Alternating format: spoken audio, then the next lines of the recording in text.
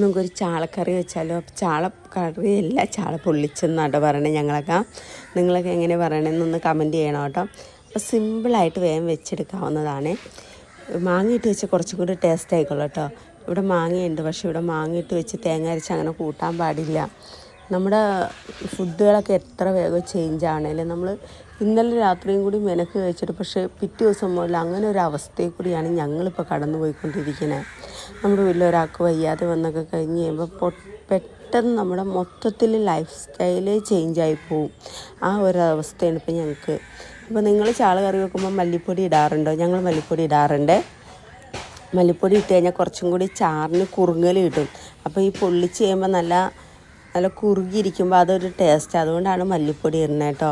എനിക്കറിയില്ല മിക്ക ആളുകളും മല്ലിപ്പൊടി ഇടാതെ വെക്കണം, പക്ഷേ ഞങ്ങൾ പണ്ട് മുതൽ ചാള പൊള്ളിക്കണേൽ മല്ലിപ്പൊടി ഇട്ടേ വെക്കുള്ളൂ. അപ്പോഴൊരു ടേസ്റ്റ്, അതിൻ്റെ നല്ലൊരു ടേസ്റ്റ് ആയിക്കോളൂ. നല്ല കുടംപുളിയിലൊക്കെ കിടന്ന് ഇങ്ങനെ തിളച്ച് മറിഞ്ഞ് വന്ന് കഴിയുമ്പോൾ ആ മീനും കുറച്ച് കപ്പയും കൂടി മേടിച്ചിട്ട് ഒരു മഞ്ഞക്കപ്പ കറി വെച്ചിട്ട് അതിട്ട് ഈ ചാളക്കറി കോരി ഒഴിച്ചിട്ട് കഴിക്കണം. എന്ത് ടേസ്റ്റാണെന്നറിയോ? നിങ്ങളൊക്കെ കഴിച്ചു വാങ്ങണം കേട്ടോ. അപ്പോൾ എൻ്റെ വീഡിയോസൊക്കെ ഇഷ്ടമാണെന്നുണ്ടെങ്കിൽ ഒന്ന് ഷെയർ ചെയ്യും, ലൈക്ക് ചെയ്യും, കമൻറ്റ് ചെയ്യുകയൊക്കെ ചെയ്യണം കേട്ടോ. അപ്പോൾ നമ്മുടെ ചാള ഏകദേശം റെഡിയായി തുടങ്ങി. വെള്ളം കുറവായതുകൊണ്ട് ഞാൻ കുറച്ച് വെള്ളം കൂടി ഒഴിച്ച് ഇനി ജസ്റ്റ് ഒന്ന് 2-3 തിളച്ച് കഴിയുമ്പോൾ നമുക്ക് ഇറക്കി വെക്കാം. അപ്പോൾ എൻ്റെ ഇന്നത്തെ ചാളക്കറി ഇത്രയുള്ളൂ. Okay, by.